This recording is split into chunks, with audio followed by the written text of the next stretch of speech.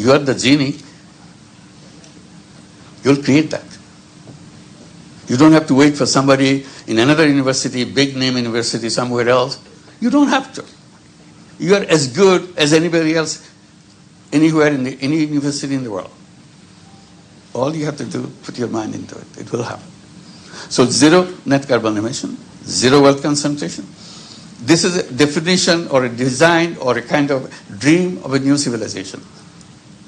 Third zero that I'm talking about, zero unemployment. That comes in a very interesting way. I'm saying any employment is a wrong concept. Everybody will be very up in arms. What? Employment is a wrong concept? I said human beings are not born to work for somebody else. That's my position.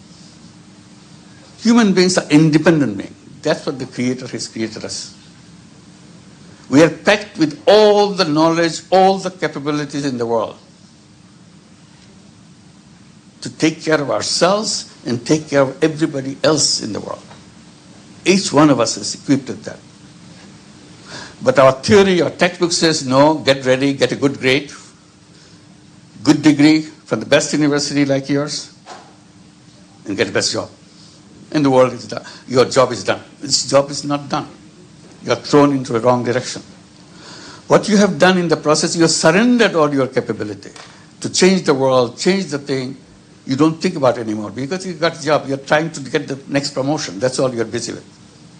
Please your boss. Get the next promotion. So you're in that trap. Promotion trap. Little achievement trap. You are a big human being who can change the whole world. You're stuck in with a little thing in your house. That's it. That's what a waste. That's the point I'm bringing. That's why I'm calling you genie and all that, trying to encourage you to discover yourself. You are completely different. And then it's a job. It's not the destination of human being. It's a wrong thing. It's a legacy of slavery. It's another form of slavery. Why should I be a slave to take orders for somebody? Taking orders doesn't fit into human being. That's what they always rebelled against slavery. What then we do? I said, whole idea of business is wrong the way it is done. It creates slavery. Because it's all about profit maximization, wealth concentration. That's a trap. I'm saying all you have to do, shift it. Just one simple shift, everything can change. Instead of doing business to make money for myself, making myself richer and richer, I have said that there's another path. It's a choice for you, anybody. I can do business to make myself rich. I can do business to solve all the problems of the world. But we don't touch that. It's not even discussed in our textbook. We call it social business, another kind of business. Business to solve problems rather than make money for yourself. People get, oh my God, it's not possible. How can you do that? I said, it can be done. They said, no, making money brings so much happiness. I make so much money. Creating social business, I don't get that happiness. I said, yes, that's true. Making money in a conventional business, making money may be happiness. Making other people happy, making the whole world happy is a super happiness. So you have to judge which happiness you are looking for. Petty happiness to make wealth, be rich, or a huge, huge happiness. My one idea has changed the world. Everyone has more than one idea to change the world. But you never take that path because it has no market value. Because the market, quote unquote, is created for profit. So we create a new concept. What is the purpose of my life? How do I feel that I have done my duty? I feel complete, that I have a responsibility I have taken care of. That's a system. So these are the 3 zeros that we are talking about, creating a world of 3 zeros. The last point I'll make on that and conclude. Fine with 3 zeros. Like it, not like it, it's up to you. But think about it. You don't have to take anything that I say. All I'm doing, you have the power to change the world. Use it your way. But don't waste it away. life is very short. You're already crossed the border of youth. Then gradually you'll be moving into careers and so on and so forth, and trapped into many other things. But this is the time, fertile ground, to change the world. Come up with an idea, not by sword, change the world. Ideas will change. You created the idea and make the change. So this is where, on the 3 zeros, young people love it. When I talk about it, they want to know more about it. In the process, I came up with an idea that since they are interested to do that, I said, why don't you create 3-0 club? Simple idea. Get 5 young people together, young people meaning 12 years to 35 years. Boys, girls, whichever you want. Get yourself 5 people, 5 of your friends together, create a 3-0 club. What do you do in the 3-0 club? Each member of the club promises to himself or herself, I will not in my work, in my daily work, contribute anything in carbon emission. If I'm doing the creating carbon emission now, 7 days a week, in everything I do, there's a lot of carbon emission is involved. I will make sure to begin with, I'll reduce it to 6 days a week. 1 day will be carbon free for me. I'll not do anything which creates carbon emission. If I'm successful, I'll do it for 5 days a week. 2 days carbon free. If I'm successful, 3 days a week, 2 days a week, 1 day a week, and no carbon emission from me. So I'm carbon free all of the time. This is the commitment I make, and it may take time. I can do it faster. It's up to me. It's my decision. I will not do anything which contributes to wealth concentration. It's possible. If I run business on a social business format, there is no wealth concentration because I don't make any profit for myself.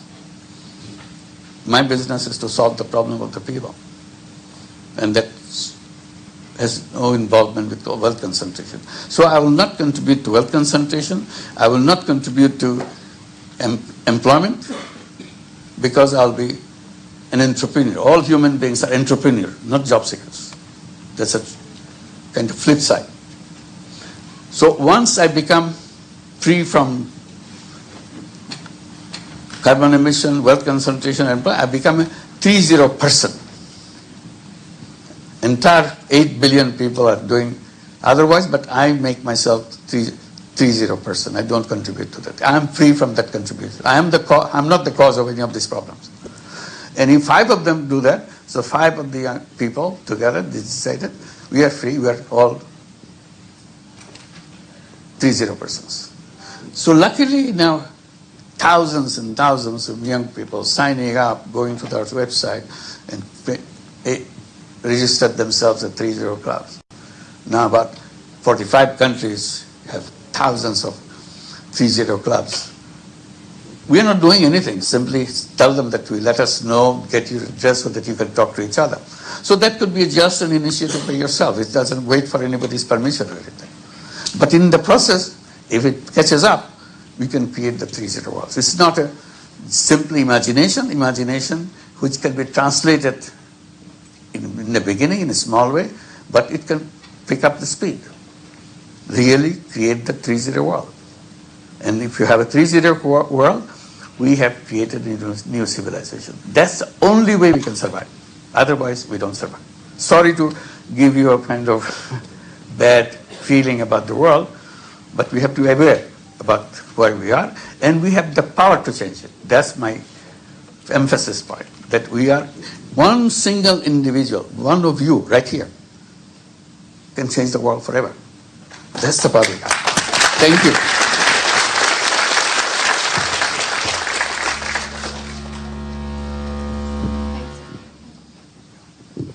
Thank you so much, Professor Yunus. I think we could all agree that we can sit here for hours and listen to you speak about all these topics because of the vast experience that you've had over the years. So I'll start with one question and then we can take the questions from the audience. I think we've talked about the bigger picture, so I think maybe we need to narrow it down a little bit. So I was wondering, like, it's been 5 decades since the Microcredit initiative. It's had a lot of impact in many countries, like the US and Bangladesh and other places. But focusing on the first zero of zero poverty, how do we go there from increasing inequality and increasing poverty in the world? And what can microcredit do specifically if the structural causes of poverty, like you said, rampant consumerism, people feeling like they have to consume more and more wealth concentration remain untouched? Just one point to emphasize. I draw the attention. Poverty is not created by the poor people. Who created it? System that we developed in the world creates it every day. And we are teaching you how to do it. Strengthen that system. That's the problem. We are not creating the counter system, how to not to create poverty. There are business schools everywhere. And I'm invited to speak in the business schools. I said, I'm here just to tell you that you are doing wrong things. You are creating the businesses to make people poor. You think you are rich? You are rich, but people are poor. They say, what do we do? I said, why don't you? I'm not stopping you because people need it. People tell you that you are doing wrong things. You teach them. All I'm saying, that you are doing wrong things. You are teaching every student how to make more money for their business. I'm not stopping you working with those companies. People need it. And your job is to make sure you teach them lots of money. And all I'm saying that you are doing, you are teaching every student how to make more money for their business. I'm not stopping it's wrong, but people need it. I cannot stop. And your job is to make sure you create another department. All I'm saying that you are doing, you are teaching every student how to make more money for their social business. Tell young people how to create a business to solve any problem. Environment problem, health problem, any other professional problem, any problem in the world, poverty problem. So that department teaches you to create business to solve problem. One is a faculty which create business to make money for yourself. This is the business to bring solution to the problems. So just do that. Many universities now, not quite faculty, but creating centers of social business and so on. So offer courses. That's a small beginning, but I'm happy that at least people are listening.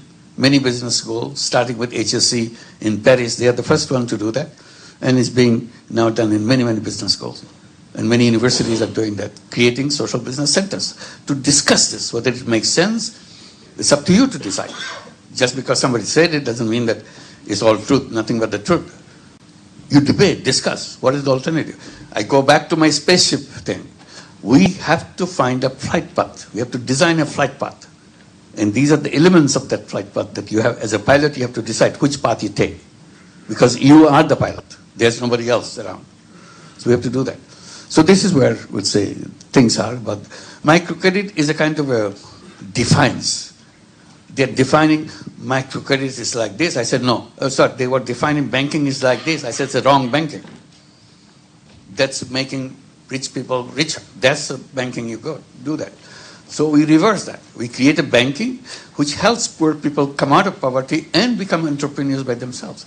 Every recipient of microcredit, which may be a loan for $10, $20, $100, $200, that's about the loan size.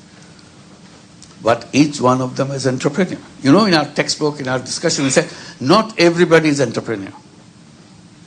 Entrepreneur is a very special kind of people.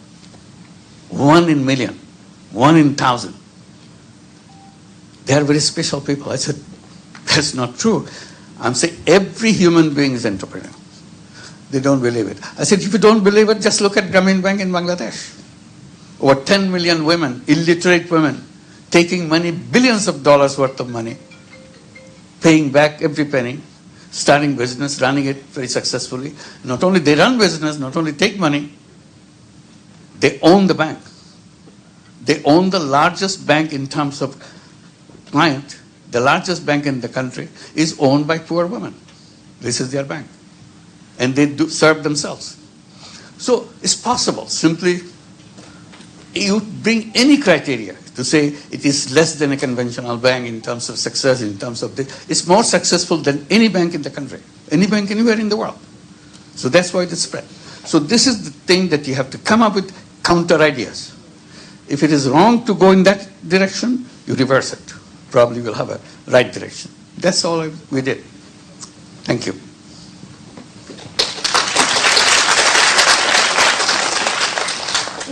So the idea is focusing on defiance and going against what the bankers are saying. We do the opposite. What the bankers are saying, we do the opposite, essentially. So due to the time constraints, unfortunately, we only have time for one question. If anyone has a question, they'd like to raise your hands. We'd like to give the current generation, the smartest generation, a chance to ask a question from the younger audience. Yes. I'm Manha Afra, a high school student. You're the founder of Grameen Bank, Grameen Mobile, and many other successful endeavors. I've come to know that you plan to establish a Grameen University. Right. What is your vision regarding this university, and how will you achieve a 3.0 world through it? Well, thank you. We just began with this university. We keep saying that it will be a social business university. There's a business school and all that. This will be based on social business principles across the faculty, wherever you're teaching. You always bring the social responsibility as a human being. So even if you're in a chemistry department, the chemistry has a social responsibility too. So you always add that social responsibility and how you translate your responsibility as a scientist, as a chemist, to play that role. What are the options for you? So everything to be integrated in that. And then help all the students from the university. At the moment, I'm saying half seriously. I say this university will never give you any piece of paper called degree. So you learn it and do it. Why do you need a piece of paper? You need a piece of paper because you want a job. Job needs a certificate that you have learned this. So you don't have to demonstrate anything what you have learned. Do it. We support you. We have a whole finance arm of the university so that you can go out and do it. We'll finance you. We create social businesses to implement it, make it happen. That's our job. So you don't look for a certificate. Just look for design. Start designing in every class that you go through. Keep on designing this. By the time you come to the end of the class, end of the courses, you can start your thing. You're ready. You're already, even when you're still student, you can start your thing. You don't have to wait for some degree or certificate because you are doing it. You felt that this is the right solution. That's all.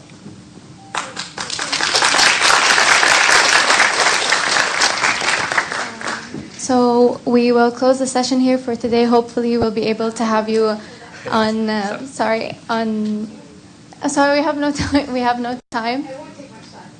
I'm sorry.